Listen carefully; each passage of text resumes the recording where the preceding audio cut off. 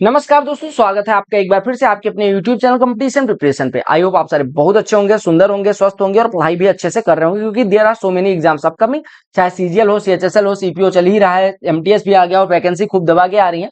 तो कृपया करके पढ़ाई पे विशेष ध्यान दें। ये जो अपनी सीरीज है, इसमें मैं 100 क्वेश्चन आपको हर 10 दिन बाद प्रोवाइड करूंगा, जिसका आंसर की आपको साथ ही दिया जाएगा। हिंदी प्लस इंग्लिश दोनों में क्वेश्चंस रहेंगे। मैथमेटिक्स का सोल्यूशन मैं खुद करवाऊंगा एक दिन बाद, मतलब जैसे आज पेपर मिला तो दूसरे दिन। हिंदी इंग्लिश में जैसा पेपर है वैसे ही आपको मिलेगा 100 क्वेश्चन एकदम टीयर 1 के बेसिस पे। पीवाईक्यू बेस्ड है। पीवाईक्यू को भी आपको अच्छे क्वेश्चन को छाड़ के सीजीएल, सीएचएसएल, सीपीओ, एमटीएस सबके प्री मेंस के अच्छे क्वेश्चन उठा के मैं डाल रहा हूँ। और ये जो 10 क्वेश्चन मतलब 10 सेट में करवाने वाला हूं, यानी 1000 क्वेश्चन, इसमें मतलब 250 क्वेश्चन ईच। तो ये क्वेश्चंस करने के बाद आपको लगभग सेम क्वेश्चंस आपके एग्जाम में देखने में मिलेंगे। पीडीएफ कहाँ मिलेगा? टेलीग्राम चैनल पे। और ये सीरीज कैसी है वो आपको बाद में पता चलेगा, once you get into the exam, या once you get into the exam centre. And जब आप बाहर आओगे तो आपको याद आएगी कि हाँ, चीजें अच्छी तरीके से करवाई गई थी। तो बिलीव मी, इधर इफ अगर आपको बिलीव नहीं भी हो रहा मुझ पे, कोई दिक्कत नहीं। आपको अभी थोड़ा सा अपना मतलब जो भी ज्ञान है वो थोड़ी देर के लिए रख के और मेरी बातों को, प्रीवियस ईयर क्वेश्चन पे बिलीव कर लो। एग्जाम में सिलेक्शन हो जाएगा, उसके बाद गाली दे लेना, कोई दिक्कत नहीं। बट अभी गाली ना दो, ठीक है? अभी आप पढ़ाई पे फोकस करो। पहले प्रश्न में क्या कहा गया कि सिंपल इंटरेस्ट दो बैंक पे 8,000 रुपए पे 3 साल का 800 रुपए है। कहने का मतलब क्या हुआ कि दो बैंक में 8,000 जमा करें अगर, तो 3 साल में 800 रुपए का डिफरेंस मिलता है। 800 रुपए का डिफरेंस क्यों मिला? यानी कि ब्याज दर अलग अलग होगी। यानी अगर मैं कहूं कि 800 रुपए 3 साल का, मतलब पहले ऐसे देखें, 800 रुपए अगर 8,000 पे डिफरेंस मिलता है, यानी कितने परसेंट डिफरेंस है? 10%। 10% डिफरेंस 3 सालों का, यानी कि 10% अगर 3 सालों का, तो एक साल का डिफरेंस, एक साल का जो रेट ऑफ इंटरेस्ट है उसका डिफरेंस, यानी R1 माइनस R2 बराबर कितना हो जाएगा? 10/3%, यानी 3 से 1/3%। इस क्वेश्चन में बस आपको घुमाने के लिए, दिमाग घुमाने के लिए मैंने ये प्रश्न दिया था कि आपको समझने में आ रहा है प्रश्न? नहीं, ये आपके सीजीएल में पूछा गया प्रश्न है। 8,000 रुपए पे अगर एक साल, 8,000 रुपए पे अगर एक साल में कहूं कि भैया एक बात बताओ, 8,000 रुपए पे एक साल में 800 रुपए मिले तो कितना परसेंट? आप कहेंगे 10%। लेकिन 3 साल में मिला, यानी एक साल का 10/3%। क्या? रेट ऑफ इंटरेस्ट का डिफरेंस। सिंपल सी बात है। तो आपका पहला सही हो जाएगा। क्लियर होगा? पहला सही है, ठीक है। अगले प्रश्न पे आते हैं। अगर एक आदमी 10 किलोमीटर स्टिल वाटर में सेल कर सकता है या रो कर सकता है, इसका मतलब हुआ कि बोट की स्पीड आपको दी गई 10 किलोमीटर प्रति घंटे, ठीक है। कहा गया जो रिवर है वो 4.5 किलोमीटर प्रति घंटे की स्पीड से बह रही है, यानी कि स्ट्रीम की स्पीड कितनी है? 4.5 किलोमीटर प्रति घंटे, ठीक है। आपसे कहा कि इसको, व्यक्ति को किसी दूसरी जगह जाने और वापस आने में इनिशियल पॉइंट पे 2 घंटे लगते हैं, तो आपको बताना है दूरी कितनी है। यहां से डाउन स्ट्रीम स्पीड कितनी हो जाएगी? डाउन स्ट्रीम हो जाएगी, डाउन स्ट्रीम मतलब धारा की दिशा में चल 14.5। आप स्ट्रीम स्पीड कितनी हो जाएगी? 10 माइनस 4.5 यानी 5.5 किलोमीटर प्रति घंटे। हमें पता है कि वो 2 घंटे लगते हैं उसको जाने में और आने में। यानी अगर मैं सिंपल तरीके से बात करूं तो ए को 14.5, अगर ए दूरी रही हो तो 14.5 से गया होगा, और ए को 5.5 से आया होगा, तो जो टाइम लगा वो 2 घंटे। यहां से ए कैलकुलेट करना है, ए कॉमन ले लो। ए कॉमन लोगे तो 14.5 प्लस 5.5 ये कितना हो जाएगा? 20 बटे 14.5 गुणे 5.5 लिख लेते हैं, और बराबर 2। यहां से 2 से घटाइए 10, यानी ए बराबर दूरी कितनी हो जाएगी? 14.5 गुणे 5.5 बटे में 10। 5 दूनी 10, 5 से घटा 1.1, ठीक है। अब 11 से गुणा कर दो, 11 पचे 55, हासिल है 5, 11 चौको 44, 5 49, 11 का नाम 11 4 15। कितने अंक बाद? 0.2 दो अंक बाद। 15.95 का आधा, यानी कि 2 सते 14, 2 9 18, 2 सते 14 और 2 पंचे 10, यानी कि 7.98 के करीब आपकी दूरी हो जाएगी। क्लियर हो गया? ये क्या है? अच्छा हाँ, ये प्रश्न गलत था, तो इस वजह से मैंने ये सही करने के लिए पहले ही नोट कर लिया था, ठीक है। ये किसी ने मार्क किया था। क्या कहा गया? How many whole numbers lies between 11, यहाँ पे 11 का स्क्वायर कर लेना, और 12 का स्क्वायर, यानी कि 11 के स्क्वायर और 12 के स्क्वायर के बीच में कितनी संख्याएं हैं? देखो, अगर नेचुरल नंबर और होल नंबर में डिफरेंस पूछा जाए, अगर 0 प्लस नेचुरल नंबर कह दिया जाए तो ये होल नंबर, यानी नेचुरल नंबर के समूह में 0 को जोड़ दिया जाए तो ये होल नंबर हो जाए। आप हमेशा याद रखना कि एन स्क्वायर और n plus one square, n square और एन प्लस वन स्क्वायर, अगर एक संख्या है एन स्क्वायर, एक संख्या है एन प्लस वन का स्क्वायर, तो इनके बीच में कितनी नेचुरल नंबर लाई करती है? 2। तो अगर आपसे पूछा जाए 11 का स्क्वायर और 11 प्लस 1 के स्क्वायर में, तो कितने नेचुरल नंबर होंगे? 2 गुणे 11, यानी कि 22 आपका करेक्ट आंसर हो जाएगा। 22 आपका करेक्ट आंसर हो जाएगा। करेक्ट हो? देखो, कहा कि दो शिप्स है अपोजिट डायरेक्शन में लाइट हाउस के, इस प्रकार से कि all 3 of them are collinear. कहने का मतलब क्या हुआ कि अगर ये लाइट हाउस है, ठीक है, यहां से दो जहाजों को बना दो। एक जहाज मान लो यहाँ पे है, एक जहाज यहाँ को जाती है और एक जहाज यहाँ को जाती है, ठीक है। एक यहाँ पे है, एक यहाँ पे है, ये देखो एक जहाज यहाँ पे है और एक जहाज यहाँ पे है, ठीक है। अगर मैं कहूं कि क्या कहा गया, लाइट हाउस के शीर्ष से यहाँ पे जो अवनमन कोण, अवनमन मतलब झुकने वाला, ये 30 डिग्री है और ये 60 डिग्री, ये 30 डिग्री है, ये 60 डिग्री, क्लियर हो गया, ये 30 डिग्री है, ये 60 डिग्री। हमेशा याद रखना कि दो यहाँ पे उल्टा दिया गया है, angle of depression of two ships from the top of the light house are 30 degree and 60 degree if ships are 230 metre. अब देखो सब कुछ भूल जाओ, अगर मैं मानूं कि ये √3h है थोड़ी देर के लिए, तो ये कितना हो जाएगा मेरे भाई, आपको पता है 30 डिग्री है तो ये इसका 3 गुना होता है, यानी ये 3h हो जाएगा। और अगर मैं कहूं ये √3h है तो ये कितना हो जाएगा, h हो जाएगा, क्लियर हो गया, ये 3h हो जाएगा, ये h हो जाएगा।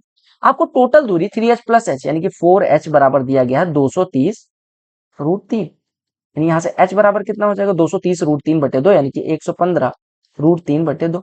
हमें निकालना कितना √3h यानी कि 115 गुणे √3/2 यानी कि 3/2, यानी कितना हो जाएगा 115 गुणे 3 345/2 यानी कि 172.5। आपका आंसर कितना हो जाएगा 172.5। क्लियर हो गया। एबीसी सर्टेन इन्वेस्टमेंट करते हैं, टाइम पीरियड आपको बाद में दिया गया, पहले प्रश्न में क्या दिया गया उस पर आते हैं। कहा गया इन्वेस्टर्स कौन से, एबीसी, उन्होंने कितने टाइम के लिए इन्वेस्ट करा, 3-2-7 के रेशियो में, 3-2-7 के रेशियो टाइम में, ठीक है। कहा गया प्रॉफिट उनको जो मिलता है वो 4:3:14 है, तो आपको एबीसी की इन्वेस्टमेंट का रेशियो बताओ। देखो आपको पता होना चाहिए कि एबीसी अगर 3 इन्वेस्टर्स हैं, उनका इन्वेस्टमेंट कुछ होगा और कुछ टाइम के लिए कर रहे होंगे, ये इन्वेस्टमेंट है, ये टाइम। माना कि आपसे कहा गया कि इनका इन्वेस्टमेंट हमें नहीं पता, जो प्रॉफिट में रेशियो होता है वो होता है इन्वेस्टमेंट गुणे टाइम, क्लियर होगा। अब आपको इन्वेस्टमेंट का रेशियो दिया गया, नहीं दिया गया, आपसे दिया गया टाइम का रेशियो, बिल्कुल दिया गया, टाइम का रेशियो 3:2:7 है, और यहां पे देख पा रहे होंगे कि प्रॉफिट का रेशियो 4:3:14। अब आप ऐसे याद रखो कि आपको दिया गया टाइम, मतलब टी दिया गया, आपको दिया गया आई गुणे टी। देखो प्रॉफिट का रेशियो क्या होता है, आई गुणे, यानी आपको आई इंटू टी दिया गया, आपको टी दिया गया, आई निकालना है तो आप क्या काम करेंगे, डिवाइड। यानी आप हमेशा याद रखना कि प्रॉफिट का रेशियो बटे टाइम का रेशियो, प्रॉफिट बटे टाइम का रेशियो बराबर होता है इन्वेस्टमेंट का रेशियो। बस आपको फटाफट सॉल्व कर देना, यानी कि 4 में 3 का डिवाइड करना 4/3, 3 में 2 का डिवाइड करना 3/2, 14 में 7 का डिवाइड करना 2। अब इनका हर बराबर करना है, सिंपल रेशियो मतलब, यानी 6 से गुणा कर दो, ये हो जाएगा 8, हो जाएगा 9, ये हो जाएगा 12। ये क्या हो जाएगा 8:9:12, यानी पांचवें का आंसर क्या होगी, सी ऑप्शन यानी कि थर्ड। ताकि वॉल्यूम निकालना है लार्जेस्ट स्फीयर का जो कार्व किया जा सकता है वुडन क्यूब से। देखो कोई वुडन क्यूब है, क्यूब मतलब घन, इसे लार्जेस्ट स्फीयर जो बनाया जा सकता है उसकी त्रिज्या क्या होगी, सबसे पहले लार्जेस्ट क्या बनाया जा सकता है, लार्जेस्ट स्फीयर, उसकी त्रिज्या क्या होगी, ये आपसे पूछा गया। देखो इसके अंदर रखे जाने वाले सबसे बड़े गोले की जो त्रिज्या होगी वो इसकी भुजा के आधी होगी, क्योंकि देखो ये मान लो सबसे बड़ा गोला है जो रखा गया, तो इसका जो व्यास होगा यानी कि डायमीटर होगा वो इसके साइड के बराबर होगा, यानी 1 है, तो यहां से हम रेडियस बराबर कह सकते हैं a/2। हमें साइड कितनी दी गई वुडन क्यूब की, 21, यानी कि हमें रेडियस मिल गई 21/2। अब आपको निकालना है गोले का आयतन, गोले का आयतन क्या होता है 4/3 पाई r क्यूब यानी कि 22/7 गुणे r क्यूब, 21 का क्यूब 9261/8, ठीक है। तो आपको सॉल्व करना 3×7=21, 21 से इसको काटेंगे 441, क्योंकि 21 का क्यूब ये लिखा हुआ, 8 से इसको काटेंगे तो ये कितना हो जाएगा, 4 यहां से कटा, ये 11 बचा, 11 गुणे 4441, तो 11 गुणे 400 4400, 11 गुणे 400 4400, यानी कि 4800, 11 11 11 4840 और 11 4851 हो जाएगा। क्लियर हो गया, 4851 हो जाएगा। क्लियर। कहा गया 3 टैप हैं जिनका डायमीटर 2 सेंटीमीटर, 3 सेंटीमीटर और 4 सेंटीमीटर है, ratio of water flowing through them is equal to ratio of square of their diameter. देखो अगर मैं बात करूं पहले टैप का, पहले टैप, दूसरे टैप और तीसरे टैप की मैं बात करूं तो इनका जो डायमीटर दिया गया वो 2, 3 और 4 दिया गया। आपसे कहा गया जो वाटर निकल रहा है, वाटर निकलने का मतलब जो काम करने की क्षमता है, तो वो 2 के स्क्वायर के यानी 4, 3 के स्क्वायर यानी 9 और 4 के स्क्वायर यानी कि 16 के अनुपात में है। इससे 4 लीटर पानी 1 घंटे में निकलता है, इससे 9 लीटर, इससे 16 लीटर। तो आगे बिगेस्ट टैंक जो है वो एम्प्टी कर सकता है 81 मिनट में, यानी कि अगर 16 लीटर पर घंटे निकले तो 81 मिनट में खाली हो सकती है, यानी टंकी की धारिता आ गई 16 गुणे 81, ठीक है। तो आगे अगर सभी नल एक साथ खोल दिए जाए तो एक साथ खोले जाएंगे तो 4 ये निकालेगा, 9 ये निकालेगा और 16 ये निकालेगा, यानी तीनों मिलके कितना निकालेंगे, 4 9 13 16 29। तो अगर 16 गुणे 81 टोटल है 29 निकालना है तो कितना टाइम लगेगा, आप कहेंगे 16 गुणे 81/29, 16 से डिवाइड कर दो, मल्टीप्लाई कर दो, 16 के नाम 16, 16 8 128 और 1 129, 1296 हो जाएगा, 1296 बटे 29, 29 चौको 116। आपका हासिल कितना बचेगा, यानी कि 4 से शुरू होगा, 40 के अराउंड आपका आंसर होगा, यानी 44 सही 20 बटे 29 आपका आंसर हो जाएगा। क्लियर। ये प्रश्न देखिएगा, सुंदर सा प्रश्न है। इसका फिगर मैं थोड़ा ऊपर बनाऊंगा क्योंकि जगह मैंने अजीब सी छोड़ी। तो आगे एक रेक्टेंगुलर पार्क है जो 120 मीटर लंबा है, 104 मीटर चौड़ा है, एक मीटर चौड़ा पाथा कह रहा हूं रास्ता इसके बाउंड्री के साइड में बनाया गया है, रिमेनिंग कंप्लीटली इनसाइड द, क्या कहा गया, and 1 metre wide path runs along the boundary of park remaining completely inside the park area. देखो ध्यान यहाँ पे इस पे देना है कि ये जो पार्क है, ये मान लो पार्क है, ठीक है, पार्क आयताकार है, इसके अंदर बनाया गया है, यानी यहाँ पे रास्ता बनाया गया, ठीक। अब आपसे कहा गया outside edges of path run along the boundary wall, यानी कि आउटसाइड जो है ये देखो इस प्रकार से रन करती है। Inside edge of the path are marked with white line on the negligible thickness, यानी कि ये व्हाइट लाइन पे नेग्लिजिबल थे। If it cost ₹2.5 to mark each metre with the white line, then how much would it cost to fully mark the inside edge of the path. कहा गया अगर ₹2.5 पर metre mark करना हो तो अंदर वाले यानी इस ब्लू वाले को कितना, देखो सब कुछ भूल जाओ। आपने कहा 120 मीटर था और 1 मीटर चौड़ा रास्ता है, यानी कि 120 मीटर, 1 मीटर इधर निकल गया, 1 मीटर इधर, यानी कि इसकी लंबाई कितनी होगी, अगर पूरा 120 था रेड वाला तो ये ब्लू वाला कितना हो जाएगा 118। ऐसे चौड़ाई की बात करें पूरा 104 था, 1 मीटर इधर निकला, 1 मीटर इधर, यानी ये कितना बचा 102। यानी एक ऐसे आयत का परिमाप पहले निकालेंगे जिसकी लंबाई 118 और चौड़ाई यानी कि L = 118 और B = 102 दिया गया।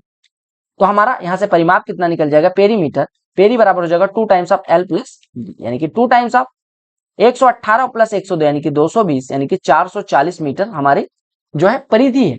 अब अगर 1 मीटर को मार्क करने का खर्चा 5/2 रुपए आता है तो 440 को 440 गुणे 5/2 यानी 2200/2 यानी कि 1100 रुपए आपका कॉस्ट आएगा, 1100 रुपए आपका कॉस्ट आएगा। समझ आ गया। अगला प्रश्न देखो, कहा गया त्रिभुज पी क्यू आर में पी क्यू बराबर क्यू आर है, let's draw this particular figure. देखो ये पी है, ये क्यू है और ये आर है, पी क्यू, और ये थोड़ा सा मिटा दे रहा हूं ताकि आपको समझने में कोई दिक्कत ना हो, पी क्यू और ये R, this one is R. कहा गया पी क्यू बराबर क्यू आर है, पी क्यू बराबर क्यू आर हमने मार्क कर दिया। O is interior point, O interior point इस प्रकार से कि ओ पी आर जो कोण है, यानी कि ये वाला कोण, ये ओ मान लो है, तो ओ पी आर जो कोण है यानी कि ये वाला एंगल, ये ओ आर पी के बराबर है, ये वाले एंगल दोनों बराबर है। तो आपको बताना है कि कैसा ट्राइंगल है वगैरह वगैरह। देखो सब कुछ भूल जाओ पहले। O is centroid of P Q R, क्या ओ के सेंट्रॉइड होने से हमें पता चलेगा कि ओ सेंट्रॉइड है? देखो हम ये नहीं कर सकते। सेंट्रॉइड की परिभाषा क्या है, एंगल बाइसेक्टर। मान लो ये इसका एंगल बाइसेक्टर होता है, यानी ये कोण इस कोण के बराबर होता है और ये कोण इस कोण के बराबर होता है, तो हम कहते हैं इन सेंटर। तो जहां पे इन सेंटर की बात की गई वो भूल जाओ, ठीक है। इन सेंटर की बात तो हो ही नहीं सकती, सेंट्रॉइड सॉरी हाँ सॉरी इन सेंटर की बात तो हो ही नहीं सकती, ठीक है। अब बात कर लेते हैं, इन सेंटर तो दिया नहीं, सेंट्रॉइड क्या होता है ये पहले भूल जाते हैं, ठीक है। सेंट्रॉइड पे आ जाते हैं हम। सेंट्रॉइड क्या होता है, सेंट्रॉइड क्या होता है, केंद्रक क्या होता है, मध्यिकाओं का मिलान बिंदु। हमें क्या ऐसा कुछ दिया गया कि ये मध्य बिंदु है, ऐसा मिल रहा है, हमें ऐसा कुछ नहीं दिया गया। तो हमें तो सबसे पहले ये भूल जाना कि सेंट्रॉइड का तो हम कह ही नहीं सकते। P Q are is an isosceles triangle, P Q are isosceles triangle है, क्या हम ऐसा कह सकते हैं, क्या हम ऐसा कह सकते हैं कि P Q are isosceles triangle? अब देखो सबसे पहले जब हमें पता चल गया कि सेकंड गलत है तो जहां जहां सेकंड आ रहा है उसको काट दो, तो आपका आंसर तो इतने से मिल जाता। बट आपको एसएससी तो इतना ही करवाना चाह रही है, बट आपको समझाने के लिए पी क्यू आर एक आइसोसेलेस ट्राइंगल है। देखो आपने कहा इसकी एक भुजा दूसरी भुजा के बराबर है, दो भुजाएं बराबर तो आइसोसेलेस, तो पहला तो हो गया, पहला जहां जहां है वो दोनों सही हो गया, ठीक है, वैसे कर सकते हैं। P Q O is congruent to R Q O, P Q O, P Q O कहां पे है, ये देखो ये वाले ट्राइंगल को देखो, पी क्यू ओ, ये पी क्यू ओ है, और R Q O, R Q O, R Q O क्या कॉन्ग्रुएंट है? आपने कहा इसमें ये भुजा कॉमन है, ये भुजा देखो दोनों में कॉमन है, ये भुजा इस भुजा के बराबर है, ये भुजा इस भुजा के बराबर है, ये कोण इस कोण के बराबर है, हमें दिया गया है। अगर किसी त्रिभुज की दो भुजाएं बराबर हो तो उनके सामने के कोण बराबर होते हैं, आपने कहा बिल्कुल। और अगर दो कोण बराबर हो तो उनके सामने की भुजाएं बराबर होती हैं, यानी हमने कह दिया कि पीओ बराबर ओ। अब त्रिभुज को देखो, ग्रीन वाले ट्राइंगल पीओक्यू को देखो, और इसमें देखो पीओक्यू और पीओक्यू को देखो, पीओ बराबर क्यू आर है, बिल्कुल है, दिया गया क्वेश्चन में।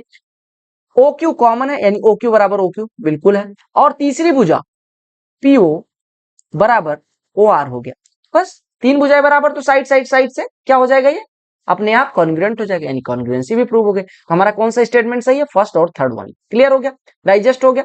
चलो अगले प्रश्न पे आते हैं। इससे पहले मैं सिस्टम को थोड़ा चार्ज पे लगा लेता हूँ। Wait for minute please.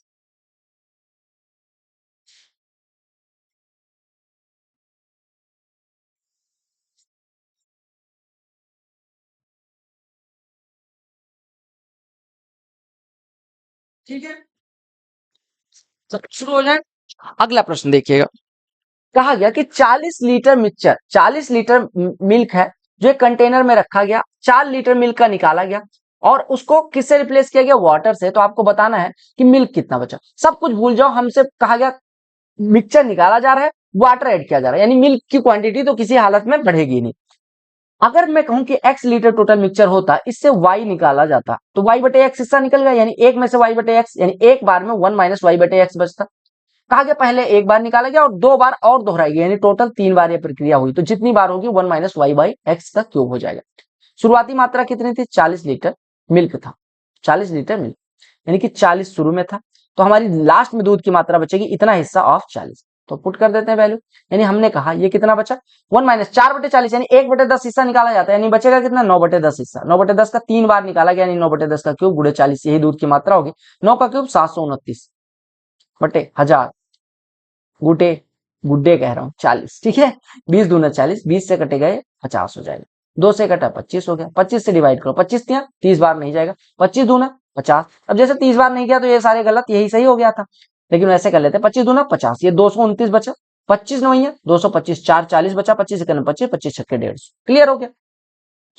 अगर following bar chart represent gross amount and total cost, यानी कि ग्रॉस अमाउंट कितना है और टोटल कॉस्ट कितनी आई है ये देखा। In order to make a profit of 25%, what should the gross amount have been in 2019-20 if the total cost remained the same?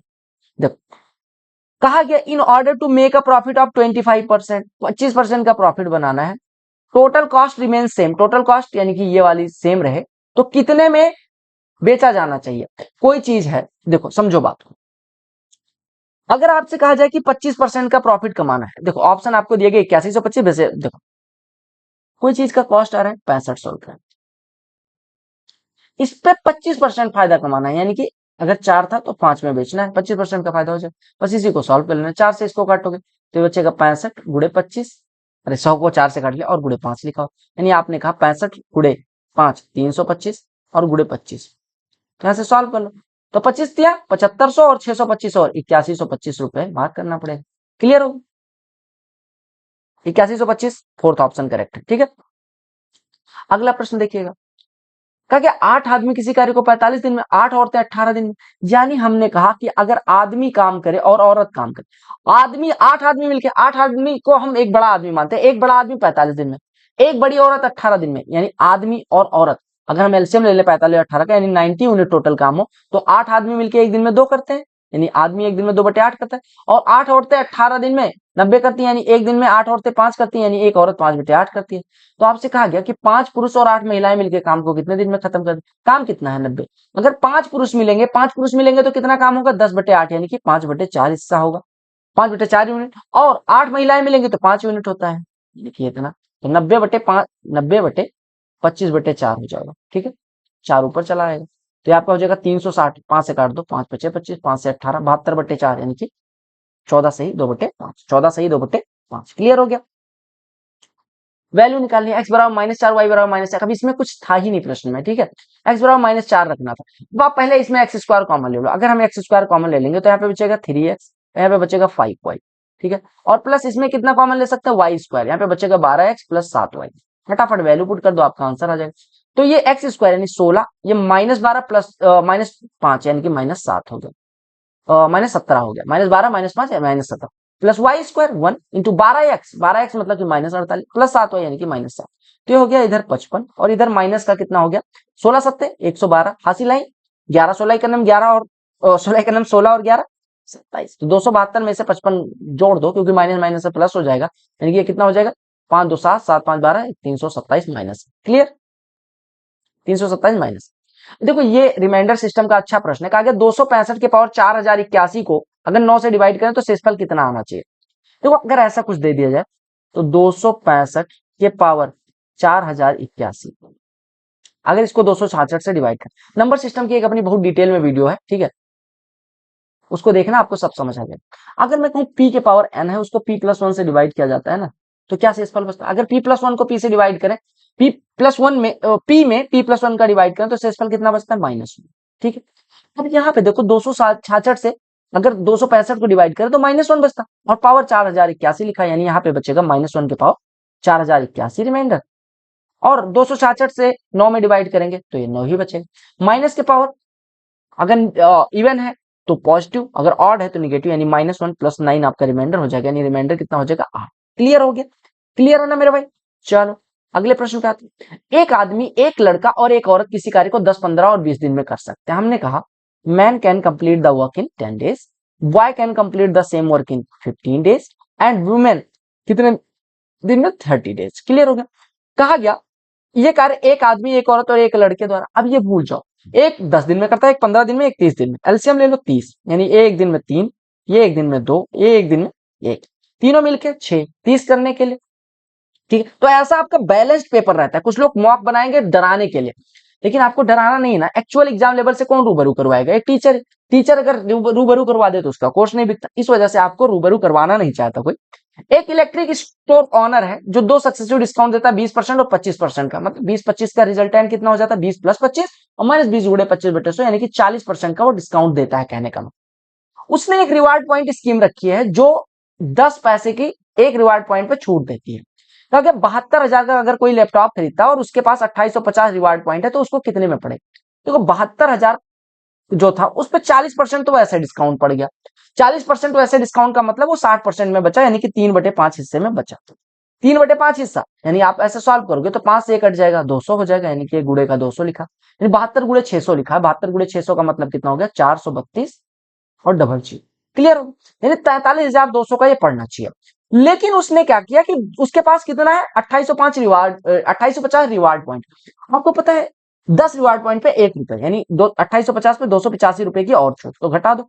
43,200 में से अगर 200 घटा दे 43,000 बचता, और 85 और घटा दो तो 42,915 रुपए का आपका पड़ेगा। 42,915, यानी कौन सा ऑप्शन करेक्ट हो गया आपका? ठीक है, इसका शुद्ध विक्रय मूल्य क्या होगा? 42,915, ये करेक्ट ऑप्शन है। ठीक है, 43,200 ना होकर 42,000 हो जाएगा। ठीक है, चलो अगला प्रश्न हो जाए। पाई चार्ट पढ़ो और उत्तर दो। पाई चार्ट में क्या कहा गया? पाई चार्ट जो है अलग अलग चीजों पे दिखाता है कि बुक को पब्लिश करने में किस पे कितना % का खर्चा आता है। कहा कि बाइंडिंग और प्रिंटिंग पे किए गए व्यय को दर्शाने वाले पाई चार्ट के बीच का अंतर देखो। बाइंडिंग पे कितना खर्चा हो रहा है? देखो बाइंडिंग देखो, बाइंडिंग कौन सा है भैया? ये ब्लू वाला, लाइट ब्लू, 30%, यानी कि बाइंडिंग पे 30% का खर्चा। बात करूं बाइंडिंग के बाद किसकी बात की गई? प्रिंटिंग। तो what is cost on printing? Printing की कॉस्ट कितनी आती है मेरे भाई? प्रिंटिंग की कॉस्ट आती है आपका डार्क ब्लू वाला 25%। डिफरेंस कितना हो गया? 5%। आपको पता 100% बराबर 360 डिग्री, यानी 1% बराबर 3.6 डिग्री, तो 5% बराबर 5 × 3.6, यानी कि 18 डिग्री हो जाएगा। क्लियर हो गया? 18 डिग्री हो जाएगा। क्लियर हो गया? चलो अगले प्रश्न पे कूद के आते हैं। आपको मैंने एक चीज बताया था, छोड़ो वो सब, पहले देखो sec square theta minus cot square 36, यानी कि कॉट स्क्वायर 90 - 54 लिख सकते हैं। कॉट 90 - थीटा tan थीटा, यानी tan स्क्वायर थीटा लिखा है, समझ लो। अगर 54 को थीटा माने तो सेक स्क्वायर थीटा माइनस ये कॉट 90 - थीटा tan हो जाएगा, यानी tan स्क्वायर 54 लिखा है। Sec square theta minus tan square theta, यानी इसकी वैल्यू 1 हो गई। ठीक है, कितनी हो गई? अब देखो साइन स्क्वायर 37 सेक स्क्वायर 50, देखो सेक को क्या लिख सकते हैं? सेक 90 - 37, सेक 90 - 37 कितना हो जाएगा? कॉसेक, यानी कॉसेक स्क्वायर 37 साइन स्क्वायर 37, ये कट गया, यानी इसकी वैल्यू कितनी हो गई? 3/2 और प्लस 2/3, 2/√3 गुणे tan 60 की वैल्यू √3, √3 कट गया, यानी 2 इसकी वैल्यू 2 1 3, 3 + 3/2 कितना हो जाएगा?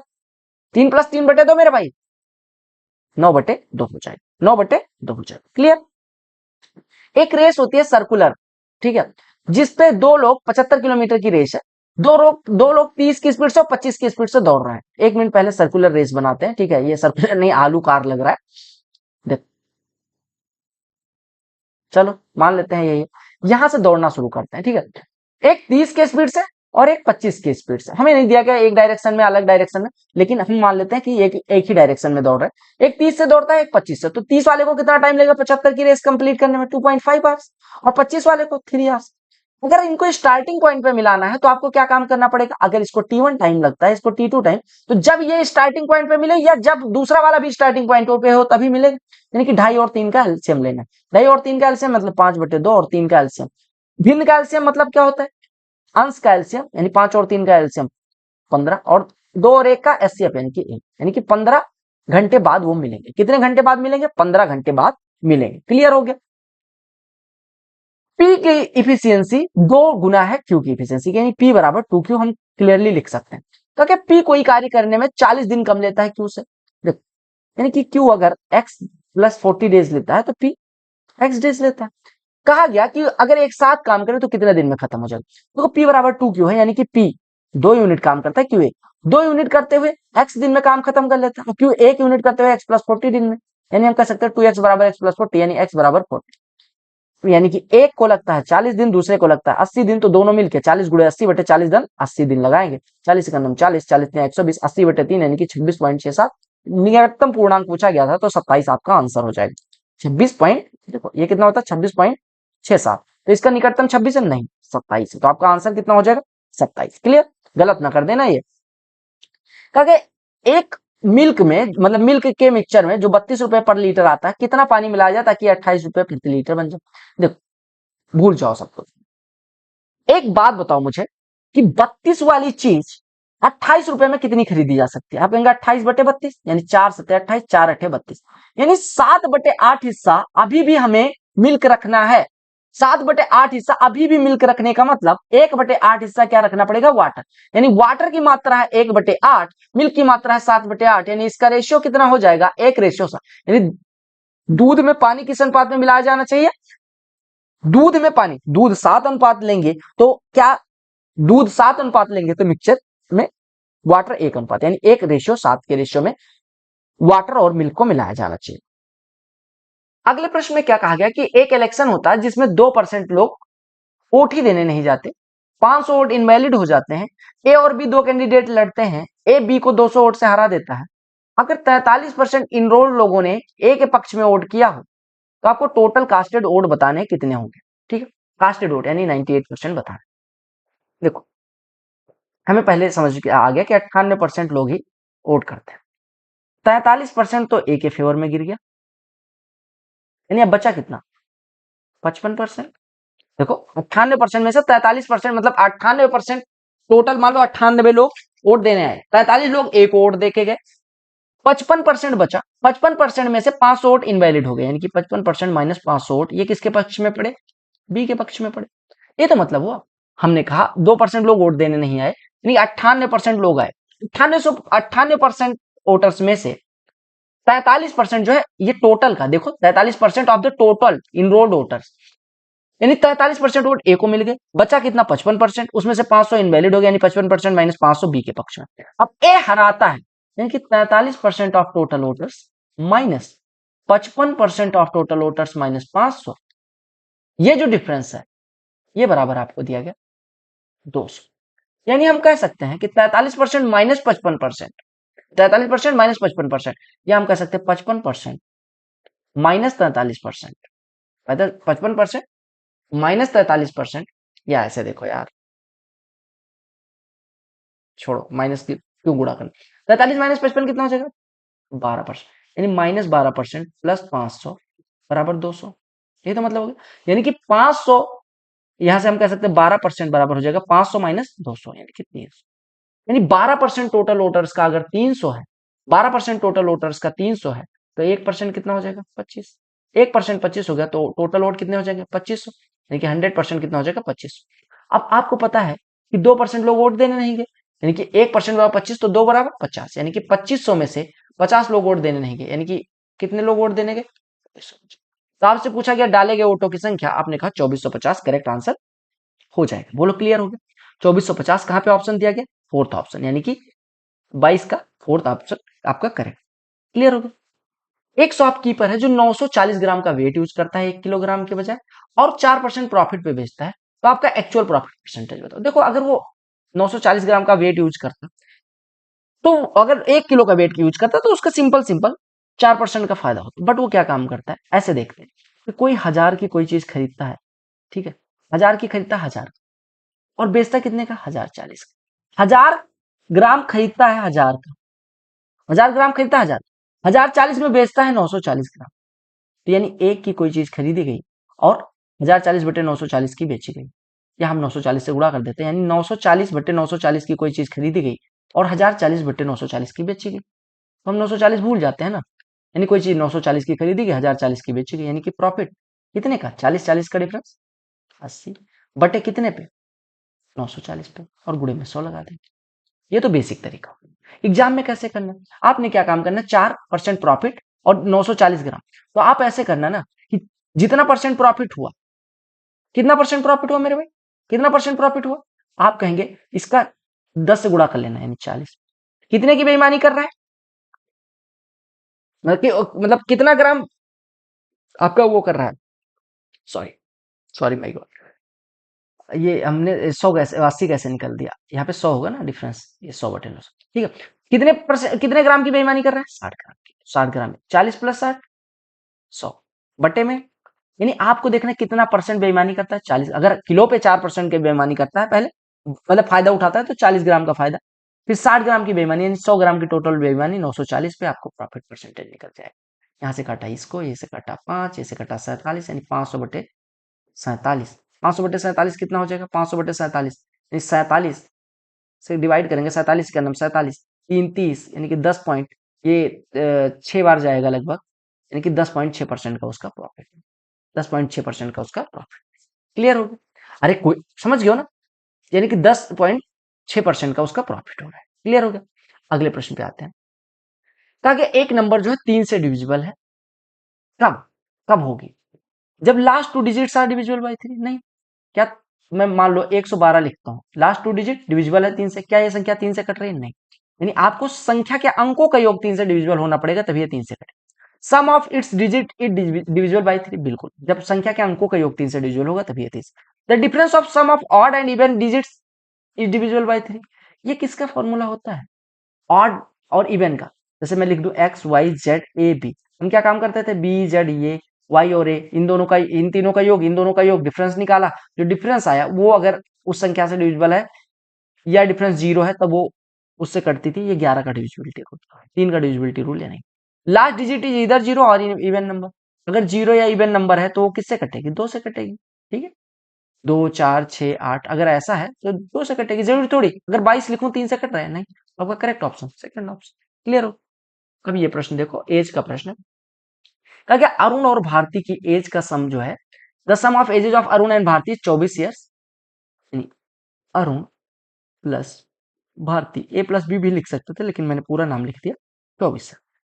कहा कि एज अरुण की डबल की जाए, भारती की डबल किया जाए, तो डिफरेंस 8 सा, यानी 2 अरुण माइनस 2 भारती बराबर 8, यानी अरुण माइनस भारती, ये माइनस बी बराबर आपको दिया गया 4। तो आपको बताना है अरुण की आयु कितनी है। हमने यहाँ पे अरुण से भारती को कम क्यों दिखाया, क्योंकि ये दिया गया था अरुण बड़ा है।